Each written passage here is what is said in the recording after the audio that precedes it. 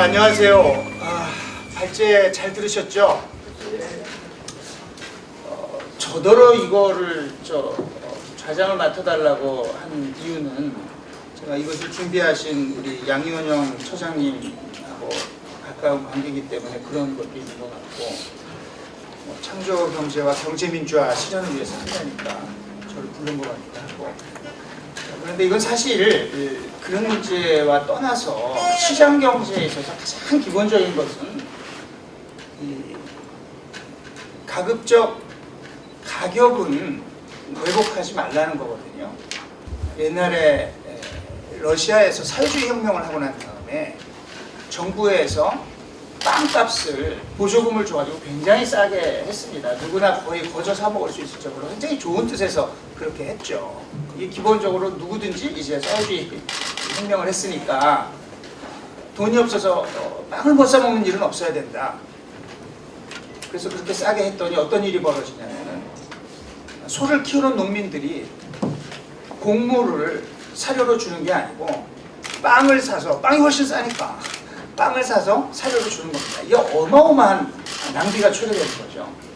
지금 우리나라 전기가 낭비되는 것도 전기값이 싸기 때문에, 산업용 전기가 싸기 때문에 그런 일이 벌어지고 있고, 그것으로 인해서 우리가 알게 모르게 굉장한 그 국민경제에 부담을 가지고 있다는 것을 확인을 하면서 그 해법을 모색해보고자 하는 자리고요. 두 분 발제 관련해서 또 이 지금 전기 문제 해법과 관련해서 여러 정부, 연구원, 시민단체, 기업 이렇게 다들 오셨는데요. 6분 토론자들께 한 분당 10분씩 시간 드릴 테니까 아주 핵심적인 요지 중심으로 해서 토론해 주실 것을 부탁드리고요. 여기 토론자들의 순서는 제가 좀 임의로 정해서 진행하도록 하겠습니다. 아마 우리 홍준희 교수님하고 혹시 같이 그 연구를 하시지 않았을까 생각이 되는데, 현대경제연구원 장우석 연구위원님 맞습니까? 아니요, 저 아니고 다른 분이요. 다른 분이 하셨어요? 네. 어쨌든 이렇게 연관이 되시니까 아주 궁금한 문제고 논쟁도 많은 문제인데 상당히 말씀드리기 조심스럽지만은 그래도 나름 소신껏 말씀을 좀 드려보겠습니다. 일단 주택용, 그다음에 일반용, 산업용 세 부분으로 나눠가지고 하나씩 좀 살펴보는 식으로 해서 짧게 좀 토론드리겠는데, 가장 민감한 부분 중에 하나가 이 주택용 전기요금입니다. 주택용 전기요금이 싼지 비싼지를 좀 알아보려고 저도 나름대로 이걸 좀 해봤는데, 우리나라 주택용 전기요금은 제가 볼 때는 OECD 대비 싸지는 않습니다. 싸지는 않고, 그 다음에 독일보다는 약간 비싼 수준이 있는데, 이게 주택용이 싸냐 안 싸냐보다 우리나라의 주택용 전기요금의 가장 큰 특징인 누진제가 굉장히 지금까지 잘 설계되어 옴으로 인해 가지고 주택용 전력 사용량을 상당히 수요를 억제하는데 아주 좋은 영향을 미쳐왔다고 지금 생각을 하고 있습니다. 제가 개인적으로 경험을 해본 적도 있고, 저도 머무르던 시절에 그 전기 라디에이터를 어디서 얻어다가 집에서 이제 추워가지고 한번 떼본 적이 있었는데, 한 200kW 정도 매달 사용을 할 때 2만 원쯤 내던 거를 겨울에 한철 잘못 들었다가 한 600kW 쓰고 요금이 한 10배로 뛴 적이 있었어요. 그래가지고 2만 원 나오던 요금표가 20만 원이 나와가지고 잘못 지켰다고 막 항의하고 그런 것도 있었는데, 이 누진제가 미치는 소비자에게 주는 전기요금을 절약함으로써 얻는 인센티브가 굉장히 강하기 때문에 저는 우리나라의 주택용 전기요금을 평가할 때는 OECD보다 싼지 비싼지를 따지는 것보다 이 누진제를 어떻게 효율적으로 운영할지가 더 중요하다고 생각을 하고 있습니다. 관련해서 아까 홍준희 교수님 말씀 잘 들었는데요.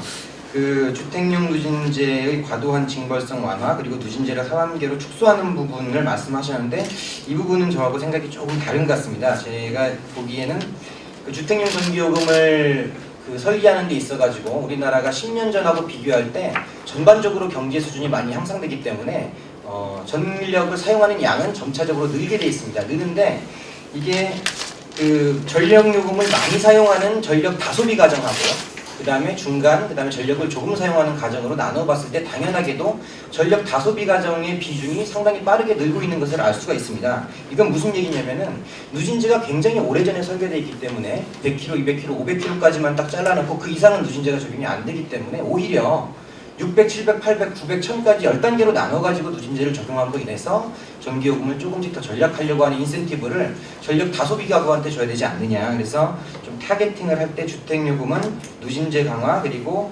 전력 다소비 가구 쪽에 맞추는 것이 오히려 적절하지 않겠는가 하는 생각을 좀 들고요. 두 번째는 이제 일반용입니다. 지금 가정용, 주택용, 산업용만 나눠서 보다 보니까 이게 마치 기업이냐, 뭐 기업이냐, 소비자냐 아니면은 뭐 반기업이냐 이렇게 좀 별로 이렇게 좋지 않은 구도가 좀 형성되는 것 같은데 이 산업용 말고 이제 일반용하고 기타 요금이 또 있습니다. 아까 좀 나눠서 보셨지만은 여기서 이제 아까 표에서 말씀하셨지만은 교육용하고 농사용은 굉장히 빠르게 가장 빠르게 증가를 하고 있는데 이 부분은 비중이 굉장히 미미하니까 그리고 뭐 예전에 우리 아이들 교실 띵통 교실 이런 문제도 있고 그래가지고 디지털화도 되고 그래서 교육용 증가하는 거나 뭐 농사용은 비중이 낮으니까 나중에 따로 설계한다고 하더라도 산업용이나 주택용보다 훨씬 빠르게 늘고 있는 게 일반용입니다. 일반용은 뭐냐면은 도소매, 음식 숙박, 서비스업, 일반 사무, 공공행정 이런 부분이거든요. 그래서 우리가 흔히 제가 예전에 한번 호텔 우리나라에서 제일 좋다는 호텔에 가가지고 깜짝 놀란 적이 있었는데 한겨울에 택시 내리는 자리에 내리면서 실내에 들어오기 전까지 춥지 말라고 이 머리에다 이렇게 전열기를 막 틀어놔가지고 그 아래에 있으니까 후끈후끈해서 이제 깜짝 놀란 적이 있었어요. 이게 전열기를 제가 집에서 한번 틀었다가 아까 요금 폭탄을 맞은 적이 있었는데 어떻게 이거를 한겨울에 야외에서 틀 생각을 할 것인가. 그래서 일반용 같은 경우 좀 타겟팅을 해야 된다고 봅니다. 이게 일반용을 통째로 올리고 내리는 방식이 아니고 일반용 중에서도 자영업자들이 당연히 전기를 사용해가지고 영업하시는 그런 부분들하고 아까 말씀드렸듯이 야외에서 낭비적으로 문을 열어놓고 에어컨을 튼다든지 이렇게 낭비적으로 사용하는 부분을 타겟팅해서 세분화해가지고 정책을 좀 설계하는 것이 필요하지 않겠는가. 두 번째 부분이고요.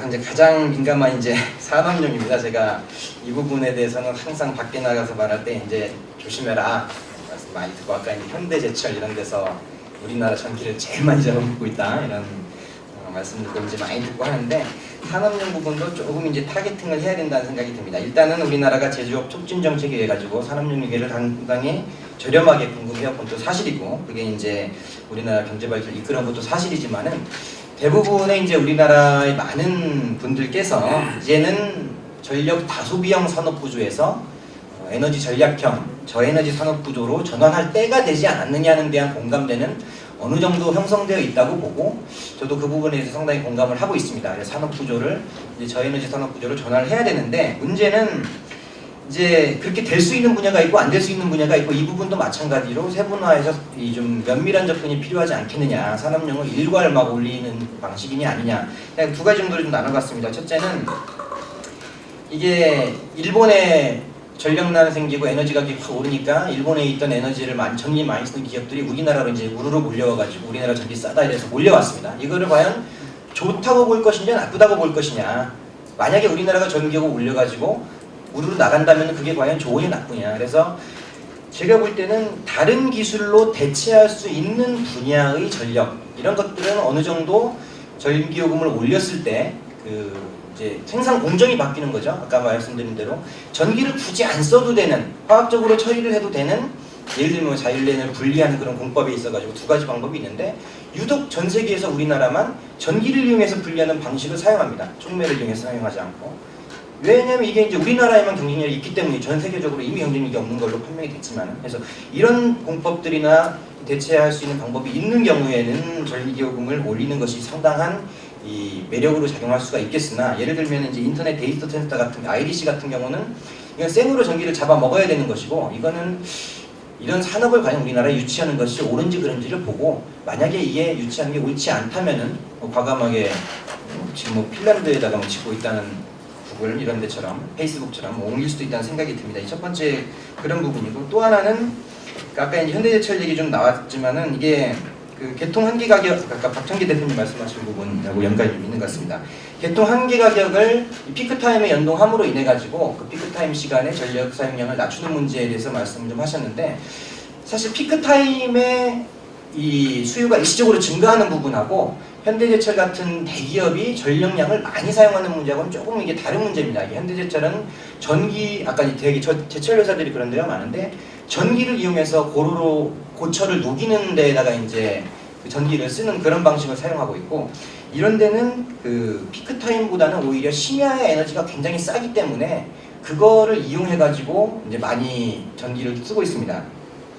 우리나라에서 심야에 전기요금을 많이 할인해 주는 정도가 그 최대 비쌀 때에 비해 가지고 한 3.8배 정도 차이가 나고, 세계적으로 굉장히 많이 할인을 해주고 있습니다. 취지는 이 전기 안 쓸 때 밤에 공장을 돌려라라는 취지로 많이 할인을 해줬는데, 지금에 와서 보니까 이게 이제 다른 나라들에 비해서 격차가 너무 크고, 그러다 보니까 오히려 심야에 전기를 많이 무한정 쓰는 것을 돌려버리는 그런 걸로 이제 좀 나오는 게 있어서, 오히려 이 경부하와 최대부하의 차이, 경부하 요금의 할인을 오히려 좀 축소시키는 방향으로 감으로 인해 가지고, 이거는 이제 총량을 줄이는 문제와 관련이 있겠죠. 총량을 줄이고 싶으면은 경부하와 최대부하의 차이를 줄이는 방법으로 가야 될 것 같고, 이 최대부하를 줄이는 문제하고는 조금 이게 다른 정책을 고민하는 것이 적절하지 않느냐, 이런 부분으로 좀 고민을 했고요. 좀 짧은 시간에 좀 많은 얘기를 드렸는데, 제가 말씀드린 걸 요약을 하면은 주택용, 일반용, 산업용을 나누어서 보되 그 각 분야별로 정책을 좀 더 세분하게 나눠 가지고 타겟을 맞춰서 어느 부분이 문제인지를 좀 더 구체적으로 세밀하게 접근하는 방식이 필요하지 않겠는가, 이렇게 좀 말씀드리면서 말씀 정리하도록 하겠습니다. 감사합니다. 다음에는 그 지속가능기업발전협의회 황진택 총장님 나오셨습니다.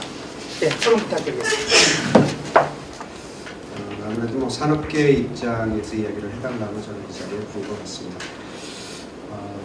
오늘 아침에도 공학칼림을 주체를 두 손을 빼서 전기 중독 사회에 관한 아침 조참 토론이 있었습니다. 여기서도 이제 좋은 이야기가 많이 나왔습니다. 어쨌든 올 여름 에너지 부족 사태를 느끼면서 모든 국민들과 산업계 그리고 국민 전체가 이제 뭔가 이거에 대한 해결책을 찾아야 된다라는 공감대가 강하게 형성돼 있고, 또 그렇기 때문에 이런 자리가 되어 있는 것 같습니다. 그런 한편에 또 다른 문제는 어떻게 보면 이제 산업계 전기 요금이 이제 메인 타겟이 되어 있는 현상이 과연 제대로 문제 해결의 방향을 잡은 거냐라는 그런 것부터 사실 출발을 해야 될 거라고 생각이 듭니다. 그동안 이제 에너지 정책은, 우리나라 에너지 정책은 참 굉장히 많이 변했고 굉장히 많은 실패와 성공을 이제 경험을 했습니다. 때로는 이제 세수가 부족할 때 간접적으로 이렇게 찔러서 전기요금에다 이렇게 붙여서 하는 경우도 있었고, 지금처럼 이제 세수 부족한 상황에다가 또 에너지 부족한 상황이다 보니까 이것처럼 정확하게 싸울 만한 주제는 없는 것 같습니다. 어쨌든 아까 우리 홍 교수님 마지막 얘기하신 것처럼 뭐 새 가슴보다는 사자의 심장이라고 그랬네요. 네, 아주 저도 거기에는 뭐 동의합니다. 찔끔찔끔하는 그러한 거는 시장에 시그널을 줄 수가 없습니다. 평균적으로 남보다 싸다면 당연히 올려야 됩니다. 혹은 그보다 낮으면 당연히 올려야 되고, 다만 거기에 이제 원칙이 있어야 된다라는 그런 생각입니다. 그래서 이제 그 사회적 비용을 정확하게 좀 계산을 하고, 또 그때 원가 변동에 따라서 제대로 연동할 수 있는 그러한 에너지 가격 체제, 그러한 시스템을 좀 굳건하게 끌고 갈 수 있는 에너지 리더십이 사실은 필요한데, 과연 우리나라의 에너지 리더십이 어디 있느냐 하는 걸 가만히 쳐다보면은, 오늘 아침에도 한전 이야기하는데, 한전 자기네 이젠 자회사 다 나가고 전력거래소에서 뭐 이것저것 하고 하니까 힘없다. 그렇다면 과연 직영부냐? 직영부가 에너지 관련해서 뚜렷하게 탁탁 치고 나가는 거를 또 그렇게 최근 들어서 본 적이 별로 없습니다. 항상 시민단체 통한 세미나 또는 어디 바깥에 뭐 이런 거 하다가 결국 누가 과연 그러면 청와대가 가지고 있을까? 아니면은 뭐 학계가 가지고 있나 참 애매한 그런 에너지에 대한 확고하게 이걸 끌고 가는 가버넌스가 과연 누군가에 대해서 사실은 좀 쳐다보면은 이 문제를 제대로 책임지고 정책을 수립하고 평가하고 그걸 끊임없이 리바이즈하고 이렇게 개선해 나가는 이런 노력을 과연 누가 해야 되는가? 그때 몰렸을 때마다 산업능력금이 지금까지 뭐 앞에 그 대상이 된 거 여러 번입니다. 물론 잘못됐으면 고쳐야죠. 그런데 아까 이제 한 예가 이제 이렇습니다. 국민들에게 이야기를 할 때 한주소금 이야기도 하고 세택 이야기도 하고 현대제철 이야기를 합니다. 그럴 수밖에 없는 상황이었습니다. 에너지 1차 에너지죠. 원유 같은 가격이 올라갈 때 전기요금 그대로 뒀다는 건 당연히 전기세라는 시그널입니다. 경제학적으로 따지면. 본질적으로 그런 건데 그렇게 해놓고 이제 와서 상황이 좀 변하니까 이제 다시 또 그걸 이제 저기로 간다면 그런 거랑 똑같죠. 예를 들어서 뭐 에너지 조금 쌀 때 독거노인이나 어려운 사람들이 전기장판 좀 쓰는 거 옛날에는 없어가지고 나무 좀 갖다가 썼는데 전기장판 좀 쓰니까 너무너무 편하고 콘센트 하나면은 겨울을 날 수가 있으니까 저기 이제 전기 비싸니까 이게 다 뺏겠다 하고 또 통장이나 뭐 어디에서 와서 뺏어가면 이거 되겠습니까? 사실은 이러한 게 이제 정책의 어려움이고 이러한 것들 때문에 지경부나 또 정책 정부 당국자들이 제대로 하기가 굉장히 어렵습니다. 그래서 그동안 몇 차례에 걸쳐서 조금씩 이제 요금 인상도 있었고 했는데 제대로 된 요금 체제 개편, 요금 인상이 아니라 요금 체제 개편에 대해서는 제대로 한번 손을 본 적은 없었던 것 같습니다. 항상 타격을 줄이기 위해서 어느 정도 이제 타협을 해야 되고 그게 물론 현실이죠. 어쨌든 요금을 인상한다 또는 요금 체제를 개편한다 할 때 저는 이제 뭐 다른 것보다도 아까 이제 그 에너지 가버넌스하고 리더십을 얘기했습니다만은 과거에 대한 지독히 비판적인 평가가 없어서는 안 된다. 우리는 너무너무 앞을 얘기하고 미래 걱정을 하고 지금까지 쌓인 문제점에 대해서는 얘기하지 정책이 어떻게 잘못 설계되고 어떻게 이게 이 안에서 어떻게 뿌리 내려가지고 어느 쪽에 이렇게 독버섯이 자라는지에 대해서는 너무너무 평가 안 하고 관대합니다. 그렇게 돼서는 발전이 없을 뿐이죠. 산업계 요금과 관련해서도 실질적으로 좀 장기적인 로드맵을 좀 제시를 해야 됩니다. 그렇게 해서 그때 단기적인 정책으로 해왔던 거를 또 이제 변화를 시켜야 되겠다는 생각입니다. 이제 수요 관리를 많이들 이야기합니다. 산업계 안에서도 물론 수요 관리에 대해서 대단히 노력을 하고 있고 싸잡아서 산업계가 못하고 전기를 많이 쓰는 것처럼 하지만 부분적으로 거의 대부분의 산업계는 세계 최고의 에너지 효율을 가지고 있고 그걸 가지고 싸우고 있는데 물론 그렇다 손 치더라도 싼 에너지 요금을 정상화시켜야 되는 건 당연합니다. 하지만 일부 이제 아까 극단적인 예로 들었던 현대제철이나 뭐 한주소금이나 세택이나 또는 스팀을 갖다가 이렇게 직접적으로 끓여서 다시 전기를 해가지고 공급하는 이런 것들은 어떻게 보면은 이런 것들을 뭉뚱그려서 산업계에다 집어넣어서 이야기하지 말고 그건 어떻게 보면 정책 실패에 어떻게 보면 소산이니까 그런 것 때문에 한꺼번에 이제 공급을 어느 정도 해야 되니까 뭐 발전소를 몇 개 더 지고 뭐 장기 전원 개발에 의해서 어떻게 해야 된다라고 하지 부탁되고 KW 중심으로 계획을 세우면 설비를 세워야 됩니다. 하지만 어느 순간에 이제 에너지는 피크에 다다를 테고 이제 수요 관리에 대한 또는 에너지 기술이 개발됐을 때는 당연히 이제 만들어진 발전소는 무용지물이 되거나 정말 국민 경제에 짐이 될 수밖에 없어요. 따라서 정말 철저하게 KW에 대한 정책을 해야 되고 KWH는 역시 또 다른 차원의 이제 접근을 가져가야 된다라는 그런 이야기죠. 그래서 지금부터 이제 꼭 어떤 뭘 세워야 된다. 무조건 하고 이제 전기요금을 올리면 산업계가 줄일 거다 이렇게 생각하면은 큰 오산이다. 지금까지 요금 올라서 수요가 줄었습니까? 거의 최근 몇 년 동안 매년 200만 킬로와트씩 늘었습니다. 왜 그게 제대로 줄지 않았을까요? 그 요인 제대로 분석해야 됩니다. 그런 거 안 하고 무조건 하고 요금만 올리면 줄을 것처럼 얘기하는 그런 분석들을 경계해야 됩니다. 뭐 4대강 이런 거 저런 거 계산하고 저쪽 경인우나 이거 계산했던 그런 경제적 분석은 쉽사리 저희가 받아들이기 쉬운데 경계해야 되죠. 또 하나의 또 말씀드리고 싶은 점은 뭐 한전이든 또 에너지를 이제 관리하는 데에서 수용가하고 수요자 관리를 할 때 이제 아파트 단지 또는 공단하고까지 합해서 전체 한 2,200만 개 대상으로 하고 있고 아파트는 또 세부적으로 그 안에 700만이 또 내부가 있습니다. 또 공단도 그 안에 500만의 세부 또 세포가 있습니다. 이러한 그 에너지 관리 시스템, 그런 이제 홈 에너지 관리 시스템이나 또는 빌딩 에너지 관리 시스템 이런 것들에 대한 거를 더욱더 좀 분석적으로 해가지고 거기에는 이제 최근에 IT 기술도 들어가야 되겠죠. 빅데이터에 대한 이러한 개념을 좀 더 정확하게 이 에너지 수요 관리 측면에도 좀 도입을 해가지고 제대로 분석을 한다면 훨씬 에너지를 효율적으로 절약할 수 있다. 첫 번째 박 교수님 발표하셨던 것처럼 EERS에 대한 훨씬 효율적인 방법을 찾을 수 있을 것 같습니다. 무엇보다도 우리 에너지 가격이 싸다는데 뭐 산업계도 많이 동감을 합니다. 다만 부분적으로 잘못된 정책 실패를 전체 산업계가 이득을 보고 있다. 아까 대표적으로 저는 잘못된 분석이 SK가 5천억을 섰는데 7천억을 받아서 2천억이 있고 한전 2천억 손해봤다라는 게 너무너무 잘못된 분석이죠. 그건 SK 관점에서 쳐다보니까 그러는 거죠. 실제로 한전 설비를 SK ENS에서 해준 겁니다. 이건 시장이죠.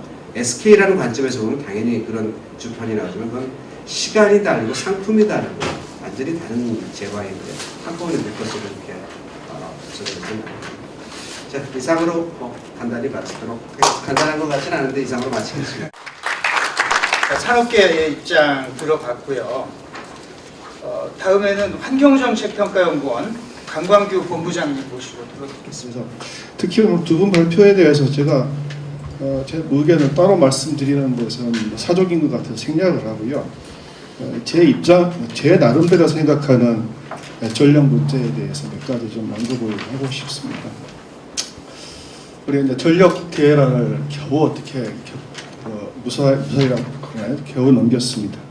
그러나 전력 대란이라는 것이 우리 해년마다 겪는 일상적인 것이 되어버렸는데 이게 여름만 발생한 게 아니라 또 겨울에도 닥쳐올지 모르거든요. 그러니까 앞으로 전력 대란이라는 것이 이제 꼭 여름 피크만 발생한 게 아니라 1년 내에 이렇게 여러 번 발생할 수 있는 충분히 가능성이 있는 사안이 되어나갔습니다. 그렇다면 이 전력 대란을 좀 근본적으로 바꿀 수 있는 방법이 없을까? 여기에 대해서 우리가 좀 고민을 해야 되지 않을까? 이런 관점에서 저는 이제 드디어 전력 부분도 공급 확대 위주의 정책을 이제 지양하고 수요 관리 쪽으로 패러다임을 좀 전환해야 된다. 드디어 이제 시기가 왔다. 하는 쪽에 좀 몇 가지를 좀 강조를 하고 싶습니다. 전력 대란을 좀 피하고 싶다 한다는 이야기는 가장 단순하게 보면 공급을 확대하거나 수요를 줄이는 거잖아요. 동시에 하거나 공급을 확대하거나 또 수요를 줄이거나 동시에 하거나. 공급 측면 우리 한번 볼까요? 결국 이제 6차 수급 계획도 나왔지만 결국 공급을 확대하기 위해서는 발전소를 지어야 됩니다. 그러나 이제 발전소를 짓는다는 것이 그렇게 만만한 문제가 아닙니다. 일단 부지 확보가 굉장히 어렵습니다. 부지 확보하더라도 지금 6차 수급계획 보면은 대부분이 석탄 발전소가 굉장히 늘어나는데 석탄하면은 원시가스 배출의 주범 아니겠습니까? 그런데 이제 우리도 원시가스를 줄이기로 국제적으로 약속을 한 마당에 석탄 발전소를 지으면 원시가스 배출은 늘어납니다. 이런 한계가 분명히 존재를 하고요. 특히 이제 우리 수도권 바로 인근에 있는 영발전소 같은 경우는 7, 8호기가 석탄으로 지금 가려고 지금 협의가 들어와 있는 상태인데 수도권 대기질에도 가장 큰 그 위험 요소가 되고 있습니다. 그래서 다시 말씀드려서 이 발전소라는 것이 석탄이든 석유든 원자력은 나중에 말씀드리겠습니다. 결국 환경오염에 굉장한 배출 소스이기 때문에 이 갈등의 하나 요인이면서 규제의 대상이 될 수밖에 없습니다. 그래서 정부에서 공급 확대 위주로 이렇게 공급량을 맞춰놓고 수요를 예측하고 공급량을 맞춰서 발전소 짓겠다. 이런 단순한 생각은 그렇게 쉽게 수용 가능하기 어려울 겁니다. 또 한 가지 이제 원자력 문제인데 원자력 문제는 우리가 익히 다 알고 있지 않습니까? 그게 위험하든 위험하지 않든 환경적으로 유해하든 안 하든 그걸 반대하는 사람이 분명히 존재를 하고 그 사회적인 갈등을 유발하는 대표적인 하나의 발전 소스가 지금 되고 있는 거죠. 그 에너지 믹스 차원에서도 원자력에 대해서 사회적 합의를 좀 못 보고 있는 상태입니다. 공급 측면에서 볼 때 수요가 적정한 수요 관리를 해가지고 예측을 해서 거기에 맞는 공급 확대를 누리겠다고 발전소 수급 계획을 짜더라도 그 발전소가 다 짓는다는 보장이 없습니다. 이 환경영향 평가도 받아야 되잖아요. 이런 관점에서 볼 때 공급 확대 문제는 우리가 심각하게 고민을 해야 된다.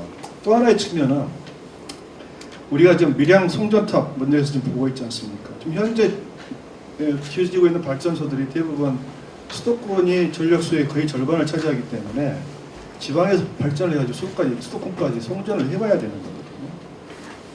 강원도에서 송전도 해야 되고 지방에서도 올라오고 그 송배전 설비가 거의 용량이 지금 한계에 다다랐습니다. 발전소를 더 지으려면 송배전 설비를 늘려야 돼요. 다른 기술적인 방법도 물론 있긴 하겠지만 그러면 여러분들 아시잖아요. 지금 밀양에서 송전탑 보듯이 이제 송배전 설비 늘리려면 백두대간이든 이런 쪽에 이제 철탑을 세우고 여러 가지 그 시도를 해야 될 겁니다. 이게 과연 사회적 쉽게 합의할 수 있는 내용인가? 물론 공급 확대가 필요 없다는 얘기는 아닙니다. 전력이라는 것이 가장 어떻게 보면 값싸고 편리한 에너지원이기 때문에 사람들이, 기업들이 가계에서 전력 소비를 늘려가는 것은 그런 어떻게 보면 당연지사일 수밖에 없는 거죠. 그렇다면 그대로 놔둘 거냐, 볼 거냐. 이 공급 확대가 계속 지속되면 거기에 대해서 계속 수요가 확대되면 거기에 맞춰서 계속 공급 확대할 거냐. 그게 언제까지 가능할 것이냐. 우리는 이 문제를 심각하게 고민을 해야 됩니다. 그래서 공급은 어떻게 하면은 좀 최소한으로 늘려나가되 그 수요의 확대분을 수요 관리를 통해서 맞춰서 균형을 맞춰가는 것이 어떻게 보면 합리적인 방법이고 그때가 됐다 이렇게 우리는 볼 수밖에 없는 거죠. 근데 수요 관리도 이렇게 말처럼 쉬운 것은 아닙니다. 왜냐하면 아까 여러분들이 토론 때 말씀하셨지만 전력 가격이 굉장히 쌌잖아요. 가정용뿐만 아니라 산업용도. 심지어 예전에는 보일러에서 중기 보일러 하던 사람들이 요즘에 전기 보일러로 다 바꿔나가는 추세 아닙니까? 비쌉니다. 이 전기, 이게 에너지 기자재, 전기 기자재라는 여러분 대부분 한번 보십시오. 이게 고가의 내구재입니다. 비싸고 또 내구는 수가 길잖아요. 한 번 사면 오래 써야 됩니다. 이게 초기 의사결정이 중요한데 전력 가격이 싸니까 다른 에너지원이 비해서 싸니까 그런 시그널을 보고 전기 보일러 또는 가전제품을 샀단 말입니다. 가전제품을 샀는데 갑자기 전기가 올랐다고 다른 에너지로 바꿀 수 있습니까? 못 바꾸잖아요. 이건 뭐라고 의미하냐면 에너지 기기는 한 번 사버리면 그 기기를 폐기할 때까지 그 에너지 써야 돼요. 이 에너지원 선택의 중요한 것이 가격이고 결정적인 요소가 바로 에너지 가격인 거죠. 그래서 정부가 지금까지 물가 잡는다 또는 산업의 가격 경쟁을 높인다고 해서 전력 가격을 의도적으로 낮췄다면 그건 다른 에너지에 비해서 전기를 쓰라는 시그널을 보내는 거죠. 근데 이게 언제까지 가능하고 지속 가능할 거냐. 왜냐? 전기를 생산하려면 마찬가지로 화석이나 현재로서는 화석이나 가스나 또는 원자력 이걸 해야 되는데 갈수록 온실가스 규제, 환경 규제는 강화되죠. 원자력에 대한 사회적인 갈등은 커지죠. 아까 공급부에서 말씀드렸듯이 그런 요인을 안고 있다는 거죠. 자, 이런 관점에서 보면 과거에 공급 확대 위주의 정부 주도의 공급 확대 위주의 전력 정책은 좀 더 지양을 하고 수요 관리 확대를 통해서 그런 균형을 맞춰 나가는 이런 정책의 전환이 드디어 이제 필요할 때가 됐다. 그리고 수요 관리의 그 핵심에는 전력 가격이 자리 잡고 있다. 이렇게 저는 말씀드리고 싶고요. 앞에 이제 발제도 해주셨고 토론도 해주셨지만 전력 가격이 문제가 많다고 하는 거니까 그건 누구나 다 공감을 하시는 것 같아요. 앞으로 토론을 계속 하든지 집중적인 분석을 통해서든지 사회적인 합의를 통해서 이제 그 개편 방향을 합의를 해야 되겠지만 그 전체적인 방향에는 공감을 하는 것 같습니다. 이 문제는 이제 우리가 가격을 인상하는 것에 대해서 상당히 우려를 했던 것이 되게 보면 그 이유가 물가에 압박을 준다 또는 산업의 가격 경쟁력에 상당히 부담스럽다 등등이었지 않습니까? 저는 이런 생각을 좀 해봐요. 아까 말씀드린 대로 전력 가격을 인상을 하되 아까 여러분들도 말씀하셨지만 그 텍스로 하건 세수가 들어오지 않습니까? 일단은 가격을 올리면 수요는 어느 정도 감소를 하겠죠. 탄력도의 문제겠지만 수요가 감소하면 그만큼 그 전력 발전에 들어가는 소스들, 예를 들어서 석탄이라든지 가스라든지 원자력 등등에 대한 그런 환경 오염, 환경 피해 비용은 줄어들지 않습니까? 소위 이제 익스터널리티가 그만큼 줄어드는 거니까 그만큼 우리한테 일종의 하나의 디비던드를 준다고 볼 수 있는 겁니다. 배당금을 준다고 봐야 되겠죠. 근데 마찬가지로 그런 어떤 가격을 올려서 그런 세수 또는 재원을 바탕으로 뭐 다른 텍스를 세수 중립적으로 감소를 해준다거나 또 세수 중립이 아니더라도 일분대로 끝내겠습니다. 그래서 세원을 바탕으로 다른 세제를 깎아주거나 또는 아까 여러분들이 말씀하셨지만 에너지 전력 시설부터 아주 환원을 해주면 그 산업 구조가 바뀌고 거기에 맞는 산업이 새로 생기고 등등으로 해서 또 일종의 또 다른 디비던드를 받는 거죠. 그래서 이제 유럽에서는 환경세를 도입하면서 세수 중립적으로 환경세를 부과를 하되 다시 그 법인세나 개인소득세를 절감을 해주면 양쪽의 디비던드가 생겨서 결국은 고용이 증대되고 GDP가 오히려 상승한다. 단기적으로야 부담스럽겠지만 중장기적으로는 오히려 경제발전 성장에 기여한다. 이게 소위 이제 더블 디비던드 하이퍼시스인데 이중대장금 가설이죠. 요즘에는 그게 이제 가설의 수준이 아니라 이론의 수준까지 발전됐다는 이야기를 저는 듣고 있습니다. 그게 이제 우리나라에서 검증이 되느냐 안 되느냐는 다른 이야기지만 저는 너무 지나치게 가격을 올리는 것이 물가에 부담을 주고 기업 가격 경쟁력에 부담을 준다. 너무 이런 단기적인 시각에서 벗어나서 좀 중장기적으로 과연 우리 산업 구조가 우리가 전력을 쓰는 어떤 구조가 중장기적으로 볼 때 지속 가능한 그런 관점에서 볼 때 그게 아니라고 한다면 아까 말씀드린 대로 가전제품은 상당히 내구되기 때문에 지금의 어떤 의사결정이 중요하다. 그런 관점에서 가격에 대한 시그널을 빨리 지속적으로 주는 것이 중요하다. 이렇게 해서 토론을 좀 마치겠습니다. 감사합니다. 정세현 국장님 토론 먼저 듣겠습니다. 그 문제에 대한 지적, 그다음에 나름의 해법도 저희 충분히 공감이 가는 부분이 있다고 생각합니다.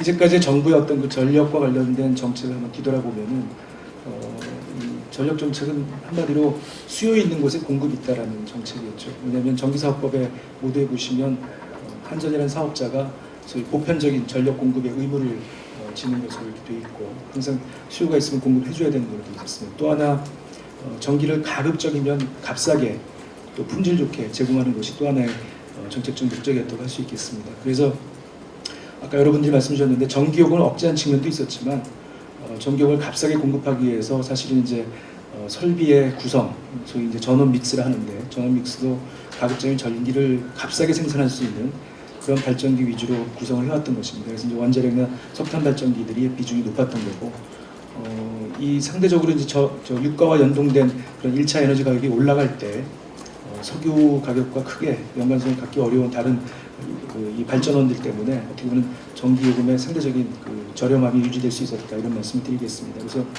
이제까지의 정부 정책의 핵심은 전력의 차질 없는 공급, 또 하나 값싼 전기의 공급, 이 두 가지가 가장 큰 정책적 목표였다고 할 수 있겠는데 여러분들 지적하셨듯이 이제는 이 값싼 전기가 하나의 천덕꾸러기 같이 마치 이제 이게 여러 가지 문제의 그 핵심인 것처럼 이렇게 좀 지적을 받고 있고 또 정부 스스로도 이런 정책을 앞으로 계속 유지하기는 더 이상 지속 가능하지 않다라는 판단을 가지고 있습니다.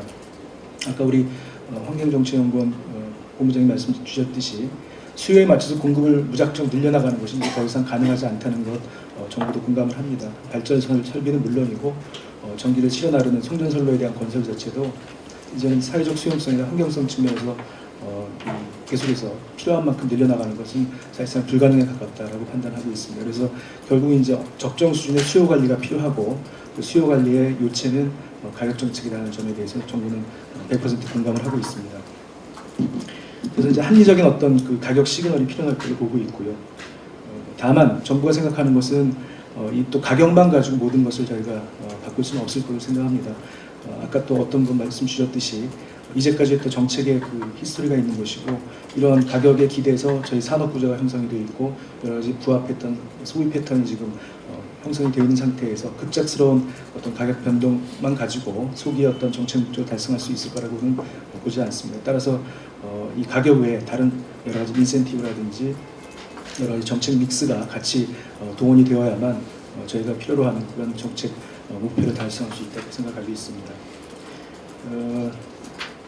조금 더 강론으로 들어가서 이제 아까 주택용과 이제 산업용에 대한 얘기를 주로 말씀해 주셨었는데 주택용 누진제에 대해서는 정부도 충분하게 개편의 필요성을 공감을 하고 있습니다. 그 이유는 누진제가 74년에 도입이 됐고 가장 마지막 누진제 구간 설정이 변화가 된 게 지난 2004년인데 그 이후로 이 주택용 전기 사용 가구의 여러 가지 사용 패턴이나 구조가 많이 변화했습니다. 그래서 이런 그 사용 패턴이나 구조의 변화를 반영해서 누진제에 대한 전반적인 개편의 필요성이 있다 이렇게 보고 있습니다. 다만 여러 가지 지금 오해가 있는 부분들이 있는데 특히 이제 전기를 적게 쓰는 구간의 사용자들이 과연 저소득 계층이냐, 소위 사회적으로 보호를 해야 되는 혹은 요금으로 어떻게 보조를 해줘야 되는 그런 계층이냐 하는 부분도 조금 더 저희가 면밀하게 들여다볼 필요가 있다고 생각이 되고요. 저희 최근에 이제 1인 가구가 증가했고 또 이 적게 쓰는 그 수용가의 대부분이 또 비정상 가구라든지 이런 경향도 보이기 때문에 이 반드시 전기의 저소비 계층과 저소득 계층이 일치하지 않는다라는 그런 점.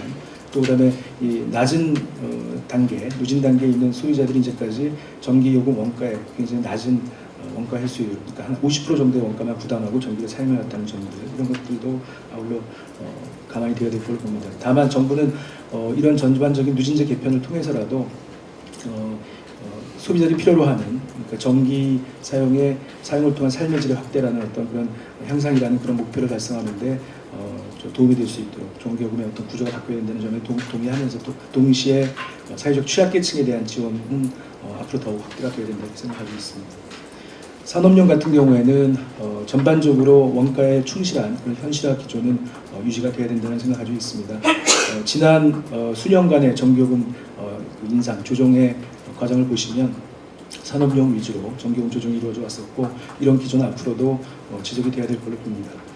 다만 최근에 좀 특이할 동향은 최근 2, 3년간의 전기 소비량 증가율 자체가 그 이전에 비해서 다소 둔화세를 보이고 있습니다. 그래서 저희 폭발적인 전기 소비량 증가세가 조금은 이제 둔화되고 있다는 점을 감안해야 될 것 같고요. 또 하나 저희가 산업용 전기요금을 올리냐 낮추냐 이런 문제보다도 더 중요한 것은 산업계에 정확한 가격 시그널을 주는 것이 필요하다고 봅니다. 그래서 산업계가 어떻게 하면 피크 부하를 이전한다든지 그다음에 자가 발전 비중을 높여서 자기 생산을 통한 전기 소요 충당을 하도록 유도한다든지 또 아까 여러분들 말씀 주셨던 효율 향상에 대한 투자를 기업들이 스스로 늘릴 수 있도록 이 전기 요금을 가지고 어떤 유도를 해나갈 건지 포커스를 맞춰서 전반적인 산업용 요금에 대한 재설계가 필요한 시점이다 이렇게 생각을 가지고 있습니다.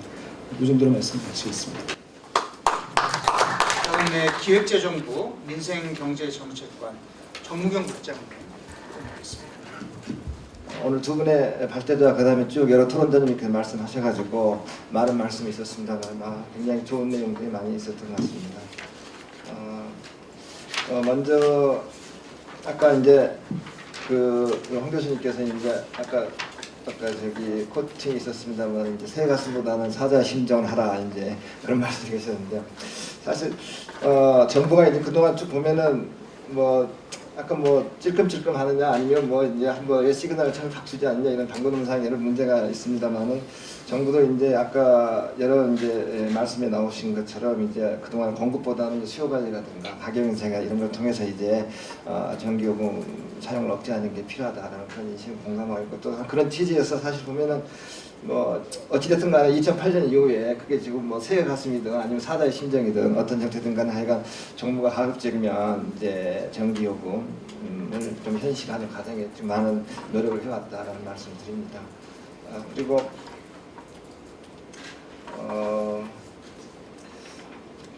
그 다음에 이제 홍 교수님과 그 다음에 이제 이제 박사님께서 이제 여러 가지 뭐 정교금을 여러 가지 인상이 필요하다 그런 취지 말씀 관계 또 정교금 어떻게 인상하는 게 좋겠냐라는 게 많은 말씀 있으셨습니다. 예를 들면 뭐 텍스 50%나 뭐 부담금 50% 인상하는 게 좋겠다.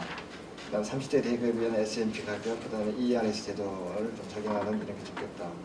그다음에 홍 교수님께서도 이제 좀 비슷한 이제 관점에서 이제 어떤 부담금이나 이런 형태를 통해 가지고 또 산업계의 부담을 늘리는 방향으로 이제 좀 많이 하고 그 재원을 가지고 이제 일반 주택이라든가 아니면 다른 투자에 하면 많은 효과가 있지 않겠냐 그런 지적이 그런 발표가 있었습니다. 뭐 이제 첫째 이제 아까 말씀드린 것처럼 이제 그동안에 우리 이제 쭉 그 전력 정책이나 요금 정책을 보시게 되면 이제 아까 뭐 그동안에 공과 가가 충분히 있다고 지금 뭐 여러 가지 오늘도 많은 이제 과일에서 있었지만 또 뭐 이가 공과 가가 존재하고 있는데 말씀하신 것처럼 이제 그런 이제 어떤 요금 인상을 통해 가지고 이제 어떤 그동안에 이제 전력을 과소비했던 그런 기업들이 이제 어떤 스스로 이제 어떤 친에너지 설비 쪽이라는 기술을 개발할 수 있는 인센티브를 한다 그런 어떤 장점도 많이 있는 것 같습니다. 또 반면에 이제 많이 이제 아까 지적이 돼 있었지만 또 어쩔 수 없이 지금 상당히 경제가 어려운 상황에서 이제 어떤 전력 요금 인상 자체가 또 어떤 뭐 제조 원가라든가 또 뭐 그러면서 경쟁력에 미치는 효과라든가 그게 이제 경제 매크로 측면에서는 그런 측면이 또 있는 것 같고요. 또 이제 특히 제 또 뭐 직하면 또 민생 경제를 하다 보니까 또 아무래도 또 이제 아무래도 이제 우리 어떤 전력 요금 자체가 어떤 굉장히 서민 물가라든가 또 그런 데 미치는 영향 또 상징적으로 또 어떤 전체 물가에 대한 시그널 이런 문제도 있기 때문에 그런 문제들을 좀 이렇게 종합적으로 종합적으로 고려해서 앞으로 이제 어떤 방식으로 어떻게 해갈 것인가라는 것을 좀 정부가 고민하고 그런 방향으로 나가야 될 거라고 생각을 합니다. 특히나 이제 어떤 세금을 어떻게 이제 부과하는 문제에 대해서 이제 많이 제안을 해주셨는데 그것도 이제 그런 방법이 좋은지 아니면 또 다른 방법이 있는지 그럼 또 깊이 있게 한번 오늘 주신 여러 가지 내용들을 보고 한번 저희도 검토를 하도록 하겠습니다. 그리고 이제 뭐 좀 사족입니다만은 이제 저희들이 이제 뭐 그 OECD 자료나 이런 거 했을 때 너무 좀 이렇게 이제 지금 좀 통계를 볼 때 조금 좀 세심한 좀 이렇게 코팅이 필요하다고 생각하는 게 이제 기본적으로 뭐 저희들이 OECD 기준에 비춰서 가격 수준에 비춰서 저희 나라가 굉장히 낮은 건 사실입니다. 하지만 이제 좀 너무 또 반값하게 되면 요새는 너무 이제 반값이란 저기가 뭐 반값 등록금 뭐 반값 주택 반값 아파트 뭐 이러니까 이제 너무 좀 여기 하시니까 좀 뭐 상대적으로 좀 많이 좀 뭐 저렴하다 왜곡돼 있다 좀 그게 좋죠. 뭐 너무 반값 하시게 되면 또 이제 그게 좀 그 국민들한테 느끼는 이미지가 좀 너무 강하게 가지 않을까 그런 생각이 듭니다. 특히 이제 우리나라가 이제 그 OECD 가격 특히 낮게 된 이유가 아까 이제 정승엽 부장님 말씀하셨지만 우리나라 전원 믹스 자체가 상대적으로 좀 이렇게 전기를 생산하는 구조가 좀 싸게 되어 있기 때문에 다른 OECD 국가들에 비해서 그래서 그런 면도 있고 또 OECD 국가들은 아무래도 환경세라든가 뭐 온실가스 감축 이런 걸 많이 하기 때문에 그런 것들이 이제 사회적인 비용이 이미 많이 반영이 되어 있는 가격들이기 때문에 그런 차이도 있기 때문에 조금 그거를 좀 이렇게 해석을 하실 때 조금 더 좀 잘 고려해 주셨으면 좋지 않겠나라는 그런 생각이 듭니다.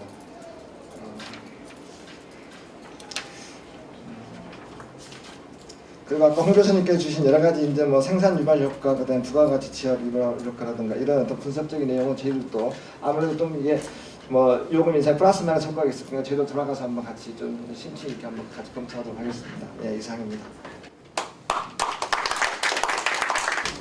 정부에서 나오신 분들이 듣고 무슨 논쟁거리를 만들려고 했는지 모르겠는데 제가 보기엔 별로 논쟁거리를 제공 안 하시는 것 같은데 양희원영 처장님 모시겠습니다. 네, 감사합니다. 오늘 자리는 실제로 전기요금 인상이 새로운 경제, 그러니까 지속 가능한 경제의 성장 동력으로 작용할 수 있다는 부분을 여러 가지 데이터나 분석을 통해서 보여주신 것이 아닌가. 네, 그런 차원에서 기존의 전기요금은 단순히 물가 상승이나 뭐 기업의 부담 이렇게 얘기하는 것과 다른 차원의 문제를 제기했다는 데서 굉장히 의미가 있다고 생각합니다. 그래서 두 발제부장님께 정말 감사드리고 저도 많이 배웠습니다. 근데 여전히 저는 정부 쪽에서는 그 새의 가슴을 가지고 있는 게 아닌가라는 생각이 좀 듭니다. 물론 뭐 국장님들께서 다 결정할 수 있는 그런 상황은 아니겠지만 좀 큰 차원에서 접근을 해야 된다. 정부 차원에서 어쨌든 큰 차원에서 접근을 해야 된다고 생각을 하는데요. 어쨌든 지난 이명박 정부 5년 동안 한전 적자가 21조에서 95조로 늘었습니다. 그전에는 보통 5천억 원에서 1조 원 정도의 부채가 늘어나는데 반했다면 연간. 근데 5년 동안에 거의 70조 원의 부채가 증가를 했어요. 근데 이걸 누가 책임질 건지는 아무도 지금 나서지 않고 있는 거죠. 그러다 보니까 정부에서 사실상 시민단체들이 그 전에 연료비 연동제를 요구했던 것을 이제서야 이제 들고 나오고 있는 게 아닌가라고 생각을 하는데 이미 그 얘기하는 타임은 전 늦었다는 생각이 들어요. 그 얘기는 벌써 10년 전에 나왔던 얘기인데 그때 적용을 해서 바뀌었다면은 지금 뭐 여러 가지 전력 수급 체계라든지 전력난 문제가 많이 상대적으로 좀 해결이 될 수 있었겠죠. 왜냐하면 이명박 정부 5년 동안 특히나 고유가가 있었기 때문에 그때 연료비를 반영한 형태로 전기요금이 만들어졌다면 이렇게 한전 부채가 증가하거나 아니면 전력 소비가 급증한 일이 있지 않았을 거라는 생각이 듭니다. 지금은 그 단계를 넘어서야 된다고 생각합니다. 그래서 저희가 새누리당 에너지특위에서 당정 협의를 하시면서 가격 연료비 연동제 말씀을 하셨지만 그건 저는 이제 순서가 바뀐 거다라고 저희가 논평을 낸 게 그런 때문입니다. 어쨌든 정부는 시그널을 잘못 보내왔습니다. 확실히 전기요금을 인상시킬 것이면 뭐 호주 정부가 했던 것처럼 그런 시그널을 정확하게 보여줘야 되는데 그렇게 하지 못했던 거고요. 그러다 보니까 2009년에 갑자기 10% 가까이 뭐 온실가스가 증가한 것도 있고 그리고 전기 소비가 급증을 했습니다. 뭐 최근 와서 전기 소비가 좀 둔화됐다고 말씀하시는데 그게 이제 지난 5년간의 흐름에서 너무나 갑자기 증가를 했기 때문에 최근에 줄어드는 것처럼 보이는 건데요. 실제로 지난 한 3, 40년간을 봤을 때 2007년까지는 전기 소비 증가율이 좀 둔화되는 상황이었습니다. 근데 지난 5년간의 전력 정책의 실패가 전기 소비를 급증하는 그런 결과를 낳게 됐고 최대 전력 소비로 보면은 2009년에서 2010년으로 갈 때 700만 킬로와트가 급증을 하게 됩니다. 보통 최대 전력 소비가 100만 킬로와트 안쪽으로 이렇게 증가하는 형태로 보였다면 그 1년 사이에 700만 킬로와트 다시 말씀드리면 원전 7개 분량이 1년 사이에 갑자기 증가하게 된 겁니다. 이게 이제 산업계에서 전기 소비가 급증을 하게 된 건데요. 뭐 그래프상 오늘 보여드리지는 못하지만 정말 하늘로 치솟는 그런 굉장히 기이한 현상을 보여주고 있습니다. 이것에 대한 책임을 누가 지고 있는지 여기 이런 것에 대한 전력 정책 이런 실패한 전력 정책에 대해서 누가 얘기를 하고 있는 평가하고 있는지에 대해서 저는 의문이 듭니다. 그러면서 최근에 와서 전력 소비 증가율이 둔화됐다. 근데 앞으로 제대로 된 시장 시그널을 또 못 줬을 경우에 또 이런 일이 발생하지 말라는 법이 저는 없다고 생각합니다. 정말 정책의 실패가 아닐 수 없다고 생각하는데요. 근데 좀 정부 당국자에서 최근에 하는 얘기는 뭐냐면 우리가 과소 예측을 했다. 전력 소비가 생각보다 더 많이 증가하고 있는데 과소 예측을 했기 때문에 그 과소 예측을 바로잡아서 수예측을 더 많이 하고 더 크게 하고 그리고 발전소를 적기에 더 많이 지어야 된다. 그러면서 사실은 정부가 스스로를 부정하는 행위를 했죠. 이명박 정부 때 가장 큰 성과 중에 하나로 얘기했던 온실가스 감축 목표 발표 2020년까지 BAU 대비 30%를 감축하겠다고 하면서 뭐 세계적으로 상도 받고 하셨는데요. 그랬는데 그 연말에 6차 전력 수급 기본 계획을 발표를 하면서 그 자체를 부정하는 계획을 발표를 했습니다. 2020년, 22년 이때까지 석탄화력 발전소 12개를 추가로 더 건설하겠다고 얘기를 한 거고 그러면서 지금 산업부하고 환경부가 BAU 재산정 회의에 뭐 8월 달까지 하겠다고 일하시는데 들어가 있는 상태입니다. 저는 이런 수요 예측에 대한 얘기를 하기 전에 전력 정책의 실패의 원인이 무엇이고 그리고 전력 소비가 급증하게 된 원인이 무엇인가 그 중에 하나가 전기요금 정책이라는 생각을 하는데요. 거기에 대한 정확한 평가가 분명히 있어야 된다. 그러지 않고 그냥 현 상태를 반영하는 형태로 가다 보면 또다시 1년에 700만, 800만 킬로와트가 증가하는 형태를 보지 말라는 법이 없다라고 생각을 하고 있고요. 그리고 6차 전력 수급 기본 계획 자체가 현실적인 것인가에 대한 의문도 있습니다. 지금 6차 전력 산업통상자원 지난번에 이제 지식경제부죠 발표한 것에 따르면 우리나라 1인당 전기 소비가 지금 전 세계적으로 미국이 1인당 전기 소비가 가장 많은 나라고 독보적인 나라인데 근데 근데 우리나라 1인당 전기 소비가 2024년이 되면 기준 수요가 미국보다 더 많은 걸로 지금 계산이 될 수밖에 없는 상황입니다. 이렇게 좁은 땅에 사람들이 모여 사는데 1인당 전기 소비를 지금 현재 미국보다 더 많이 전기를 소비한다. 이게 맞는 얘기인가? 이런 정책을 정부가 발표를 했다는 거예요. 그것의 근저에는 물가 상승률보다 전기요금 상승률이 3분의 1밖에 되지 않는다는 것을 기본 전제로 깔았어요. 그걸 초안에 나왔다가 최종안에는 그 표현을 삭제를 하셨더라고요.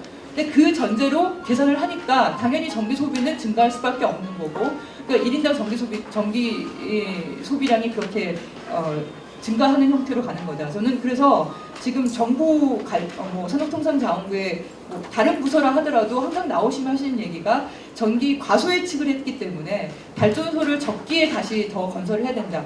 이 방향을 저는 분명히 수정을 하셔야 된다고 생각합니다. 올 여름 이제 갔죠. 가을이 왔는데 늦더위가 약간 있을 수 있다고 하지만 저는 올 여름에 최대 전력 그 소비 데이터를 유심히 봤습니다. 8월 14일에 7,401만 킬로와트더라고요. 2012년에 매년 올랐었는데 2012년에 7,429만 킬로와트였어요. 근데 거의 30만 킬로와트를 줄인 거죠. 그러니까 고통 분담을 통해서 강제 절전도 하고 돈도 많이 썼죠. 어쨌든 줄였다는 것. 전 줄였다는 게 굉장히 중요한 사인인 것 같습니다. 근데 그걸 어떻게 줄일 거냐는 거죠. 작년에는 한 4천억 원 정도를 전기 1kWh를 줄이면 주간 예보를 통해서 3일에서 일주일 전에 미리 얘기를 하면 돈을 더 얹어주는 형태로, 제가 알기로 킬로와트아워당 거의 1,000원 가까이 90원에 전기를 파는데 1kWh를 줄이면 1,000원이 넘는 돈을 줬다는 얘기를 들었는데요. 그래서 어떤 중소기업은 전기요금을 낸 것보다 이렇게 줄여서 받은 돈이 더 많았다고 얘기를 하더라고요. 그렇게 쓴 돈이 4천억 원이에요. 저는 그 대신에 피크요금제를 그냥 도입을 했다면, 만약에 당연히 주변으로 분산이 됐겠죠. 근데 그렇게 하지 않고 돈을 오히려 준 거예요. 이번에 14일 그 주에 한 150억에서 200억 원의 비용을 또 세금을 썼다고 얘기를 합니다. 그 돈을 전 투자를 해서 오히려 발전소에서 스스로 전기를 쓰는 자가 발전을 하게 한다거나 피크요금제 도입을 통해서 서로 분산하게 한다거나, 정부가 정책적으로 할 수 있는 방법이 여러 가지가 있다고 생각합니다. 우리나라가 아직도 정부가 지원을 해줘야만 대기업이 성장할 수 있는 나라인가, 대기업의 경쟁력이, 기업의 일반적인 경쟁력이 그거밖에 안 되는 나라인가에 대해서 저는 동의하기는 굉장히 힘든 것 같습니다. 그래서 심지어 시민단체에서는 산업통상자원부, 그러니까 산업과 자원을 같이 묶은 이 부처가 생존이 필요한 건가라는 얘기까지 나옵니다. 그러니까 에너지 리더십 얘기를 하시는데 에너지 정책을 제대로 세우는 부처가 없다는 거죠. 그냥 산업계에 저렴한 전기를 풍부하게 공급하기 위해서 발전소를 마구 짓는, 에너지 정책 전체에 사실은 교통이 30%고 주택 관련한 건물 관련이 30%예요. 전기는 전체 20%밖에 되지 않거든요. 근데 그 전기를 공급하는 게 에너지 정책의 전부인 것처럼 지금 에너지 기본계획도 그렇게 짜여지고 있는 이런 상황. 그러면 전기요금을 싸게 유지를 해서 대기업에게 싼 전기를 계속 공급해주는 그런 지원. 이런 국가 정책의 기본 기조가 바뀌지 않으면 저는 지금의 전반적인 문제, 그리고 새로운 경제 성장 동력을 만들겠다고 하는 창조경제든 경제민주화든 그 모든 것은 이루어질 수 없다고 생각을 하는 겁니다. 그래서 정부가 큰 방향에서 바꿔야 된다. 그리고 더 좀 말씀을 약간 더 드리자면, 시간이 더 드리자면, 말씀 나중에 할 기회 하나만 더 더 드릴 테니까 다른 분들과 형평성도 있으니까. 제가 벌써 10분 썼나요? 하나만 더 말씀을 드리자면, 저는 원전에 대한 안전비리 문제가 바로 전기요금 정책, 싼 전기요금 정책에 근원한다고 생각을 합니다. 왜 제어 케이블의 시험 성적서가 문제가 생겼는데 그냥 납품을 했을까요? 그걸 다시 하게 되면 6개월의 시간이 걸리는 겁니다. 우리나라가 전 세계적으로 원전 건설 기간을 가장 짧은 나라 중에 하나입니다. 4.6년인데 보통 10년 이상 걸리는 거를 4.6년에 짧게 하는 거예요. 건설 기간이 짧아야 건설 단가가 싸지는 거고, 그래야 원전 발전가가 싸지는 거죠. 안전 점거 기간 줄이고 건설 기간 줄이고, 그 과정에서 그런 압력들이 좀 돈이나 뇌물에 의한 비리에 이 발생보다 전 정책적인 그런 압력이 현장에서 비리를 만들 수밖에 없는 상황이었다. 저는 싼 전기 요금 정책이 경제적인 문제나 사회적인 문제 모든 것들을 발생시키고 있다고 생각을 하고요. 그리고 이 전기 요금에 대해서 저희는 오늘 오전에 이제 국회에서 송전탑 관련한 보고 대회를 갔다 왔는데요. 밀양 송전탑만이 아닙니다. 지난 금요일날 송배전 계획 발표하셨죠. 6차 전력 수급 기본 계획 기반해서 765kV 강원도에서 수도권 더 들어오고 당진 화력발전소에서 또 하나 더 복선으로 까는 거 계속 얘기하고 있습니다. 미국이나 캐나다 같은 데서나 쓰는 이런 765kV의 고압 송전탑을 왜 이 좁은 나라에서 만들면서 그렇게 많은 갈등을 불러일으킵니까? 결국 또 다 이 전기요금 정책과 그게 결국 또 싼 석탄화력이나 원전 정책에 연관이 될 수밖에 없는 게 아닌가. 그래서 저희는 오늘은 제한되진 않았지만 저희 신단체에서는 지역별 에너지 자립률에 따른 전기요금 차등제를 제안을 드립니다. 지금 지역에서는 200%, 300% 이상 자기가 쓰는 전기의 200에서 300% 이상 전기를 생산하는 지역들이 많이 있습니다. 하지만 수도권은 3.3%, 서울은 3.3%밖에 자립률이 없어요. 그렇다면 당연히 여기는 전기요금을 더 많이 내는 게 맞지 않냐. 이것이 이제 그 발전소의 분할뿐만 아니라 수요지의 분산까지 연결이 되는 지역 분권까지 연결될 수 있는 새로운 정책이 될 수 있을 것 같습니다. 이상입니다. 그동안 하고 싶었던 얘기가 참 많았던 것 같고 또 충분히 이해가 갑니다. 어쨌든 6분 좋은 토론 해주셨는데 발제해 주신 그 두 분 발제자님들께 제가 한 2, 3분 정도 간단하게 답변할 수 있는 시간 먼저 드리도록 하겠습니다. 박 대표님 먼저. 예, 여러분들 좋은 의견들 많이 주셔서 감사하고요. 제가 오늘 발표한 내용에 대해서 약간 의구심 있는 분도 들었는데요. 저는 이제 전반적인 틀에서 우리가 에너지 문제를 우리 국가가 어떻게 취급해야 되는 문제에 대해서 상당히 많이 느꼈습니다. 제가 미국에서 이제 이 에너지 관련된 산업과 관련된 일을 좀 하다 보니까 미국과 관련해서 느꼈던 것이 미국은 이 에너지 문제를 국가 안보 차원에서 나옵니다. 그래서 에너지 액트가 2007년에 있었고 그다음에 에너지 독립과 안보라는 그 법을 하나 2007년도에 만들다시피 이 에너지 그리고 물론 이제 에너지 디파트먼트라는 게 따로 있죠. 그래서 미국은 거의 자급자족하는 나라입니다. 에너지가 거의 자급자족되고 지금 석유가 굉장히 많이 나고 셰일가스까지 나와서 수출까지 원유를 이제 수출하는 국가가 될 정도로 에너지 문제에 풍부한 게 있음에도 불구하고 이것을 국가 안보 차원에서 다룰 정도로 중요한데 우리나라는 그야말로 산업 정책의 일부로서 싼 전기, 싼 에너지를 공급하는 그런 식으로 되어 있는 것 같아요. 그래서 제가 진짜 큰 틀에서 우리나라의 에너지 리더십, 그것은 이 에너지를 그야말로 국가의 안보 차원에서 다룰 수 있는 에너지 디파트먼트 같은 것이 생겨야 되지 않겠느냐 그런 생각을 말씀드리고 싶습니다. 그냥 짧게 말씀드리겠습니다. 그러니까 원래 그 교수는 과격합니다. 그 현실을 별로 고려하지 않고요. 그냥 그런 어떤 현실이나 뭐 실제 상황이 주는 두려움 이런 걸 벗어나서 어찌됐든 조금 자유로운 발상, 그 다음에 기존의 관성을 깨트릴 수 있는 이런 이야기를 드리는 것이 그냥 저의 역할이라고 생각을 했고요. 그렇지만 정책을 하시는 분들께서는 아마도 조심하고 현실을 두려워해야 온당하다고 저는 생각을 합니다. 그래서 오늘 제가 드리는 말씀에서 이렇게 과격하거나 이렇게 원하는 것들을 이렇게 다듬으셔서 현실에 조금이라도 반영이 됐으면 하는 기대가 있습니다. 그것이 원래 창조라는 것이 기존을 깨트리고 시작하는 거니까 그런 측면에서 일정 부분만 반영돼도 행복한 결론이다 이렇게 생각합니다. 두 번째로는 제가 이제 오늘 드린 말씀을 이제 발상을 하게 된 거는 그동안의 전기요금에 관련된 논의들이 레프트 사이드, 그러니까 네거티브한 효과들을 중심으로 이렇게 거론되는 것이 아쉬웠었고요. 그거 외에도 이제 긍정적인 효과라고 하는 것들이 좀 이렇게 보다 무겁게 다뤄지면 이렇게 새로운 균형점을 찾아갈 수 있지 않을까 이런 생각도 해봤습니다. 특히 전기요금을 소위 원가주의, 그러니까 총괄 원가 대비해서 한전이 조금 더 받느니 조금 덜 받고 있느니 이런 관점을 버려야 된다고 생각하고요. 우리가 기본적으로 시장 중심의 자본주의 체제라면 특정 재화에 대해서 원가에 상응하는 가격을 주장하는 거 이거 어색하다고 생각합니다.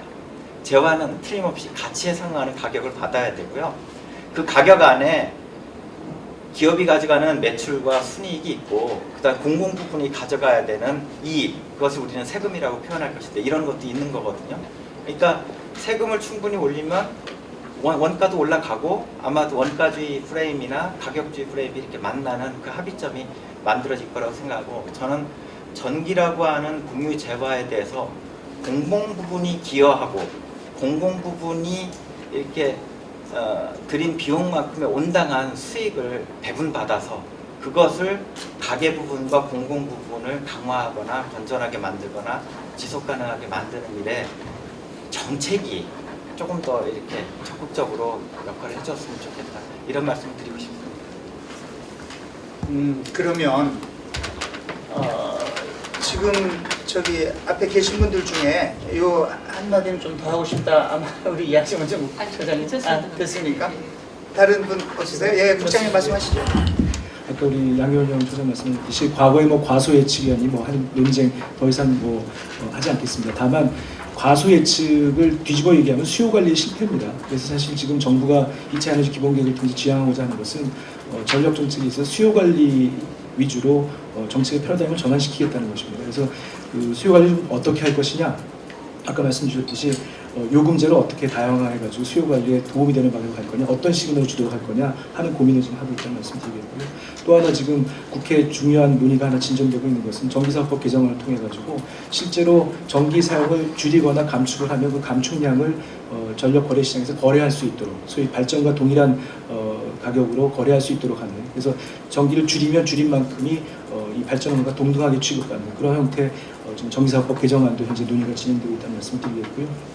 또 하나 여러 가지 지금 이런 수요 관리에 관련해가지고 또 전원 공급의 정책과 관련해서 분산형 전원이라든지 또 자가발전 활성화라든지 여러 가지 지금 정책적 논의들이 있고, 그런 것들이 다 버무려져서 2차 예비본이라든지 이런 계기를 통해서 발표될 것으로 예상을 하고 있습니다. 더불어서 말씀드리고 싶은 것은 이런 저러한 정책 형성 과정에 여러 전문가님들 또 시민단체나 관심 있는 분들의 많은 조언과 제언을 주시면 저희가 보다 풍부하게 정책에 담을 수 있겠다는 말씀을 드리겠습니다.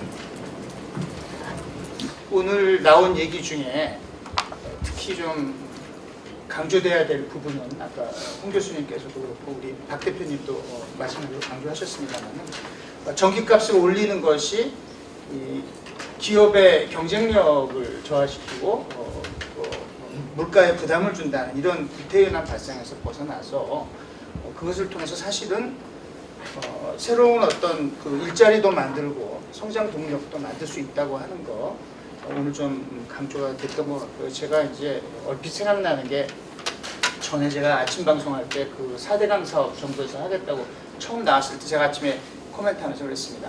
일자리 만들고 정부가 공공사업 하고 싶으면 이런 쓸데없는 짓 하지 말고 진짜 일자리 많이 만들 수 있는 게 많이 있다. 그러면서 몇 가지 제가 예를 들었는데 그때 들었던 예가 각 가정의 이중창부터 시작해서 에너지 효율을 높일 수 있는 그런 거 다 하는 거 도와줘라면 일손 많이 들어가는 일이기 때문에 일자리도 많이 생기고 전기 그 효율성도 높일 수 있고 참 칭찬받고 좋은 일인데 왜 쓸데없는 4대강 사업하냐 했던 얘기가 생각나는데, 그런 발상의 전환이 정말 필요하다는 생각이 들고요.